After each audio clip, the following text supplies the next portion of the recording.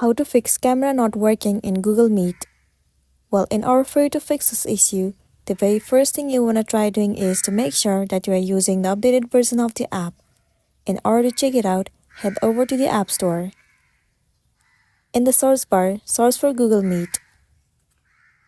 Move into this app. Right here instead of open, if you see the option of update, then your application is not up to date, and it might be one of the reasons that you might be facing the issue. In this case, simply click on update and update the app. Now once you've got the updated version, now the next thing you want to try doing is move into the settings of your device and then head over to general.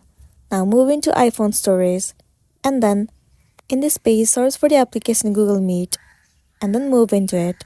Now click on offload app. Once again, click on offload app. It will clear the cache and the storage of the application. It will also remove all of the unwanted bugs and make your application run smoothly. This might also fix the issue that you have been facing and then you'll be good to go. So that's the wrap for this video. If this video helped you, give it a like and check out our next tutorial. Thank you.